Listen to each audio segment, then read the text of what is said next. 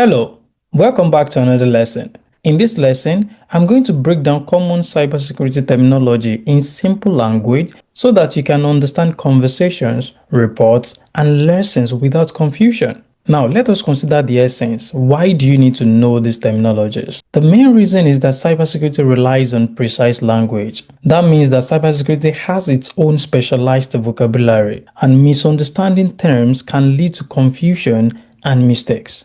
Also, clear definitions improve communication between teams, and these terms appear across tools, reports, and real incidents, so you should know them. The first one is threat. In one of our previous videos, we have learned this, but we just need to learn more about it. What is a threat? Threat represents possible danger to systems or data. It is something that can cause harm. It can be human, technical, or environmental. It represents potential danger, not guaranteed damage, and threats can act against assets.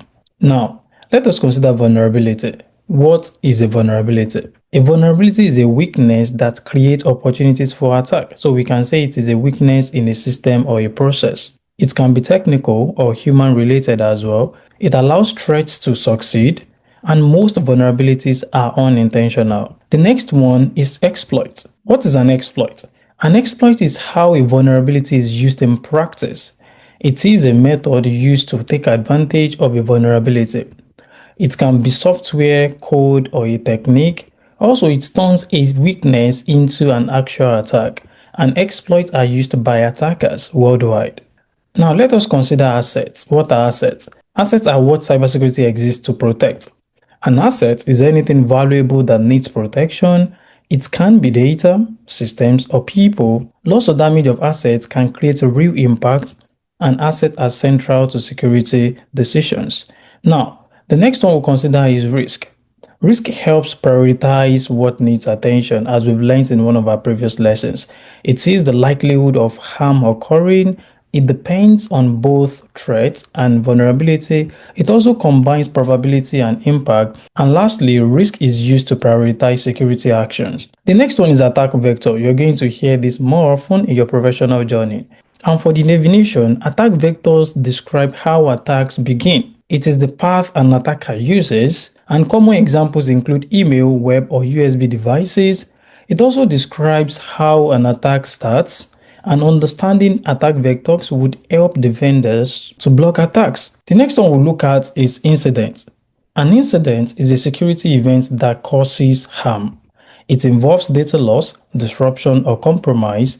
It also requires investigation and response, and not just that, an incident always demands action and investigation. So it requires response and investigation always. And you need to have this at the back of your mind that not all security alerts are incidents. The next one we'll consider is breach. What is a breach? A breach is a serious type of security incident.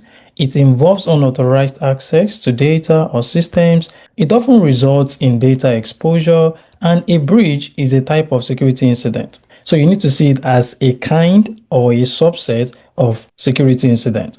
And lastly, breaches are usually reported publicly. It's not something you can cover up. Though some organizations want to do that, but it is not something you can cover up. It should be something that is public, because a lot of things might be at stake. A lot of data might have been compromised or might have been exposed to the public already. People or customers or stakeholders need to know what exactly is happening to their data.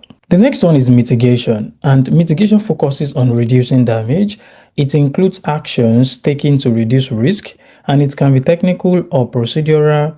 It focuses on limiting impact, and mitigation does not always mean full prevention. This means that when you are mitigating, it doesn't mean that you are fully preventing something from happening. The next terminology we'll consider is control, and controls are measures put in place to protect assets. A control is a security measure. It can be preventive or detective.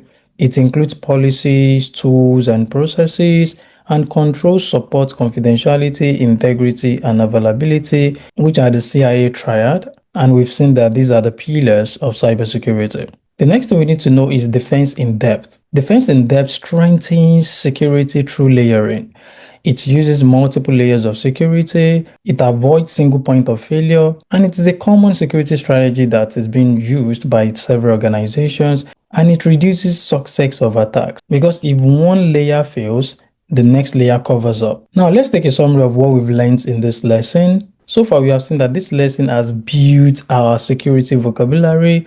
We have been able to understand core cybersecurity terms. We have seen how these terms relate to each other, and we have been able to understand why precise language matters. And I must add that these terminologies form a foundation for future lessons. Now let's take a test together. The question is, why is understanding core cybersecurity terminology important according to the lesson? You can pause the video, read the options, select your own answer, drop it in the comment, then come back to play the video. Now, what is your answer?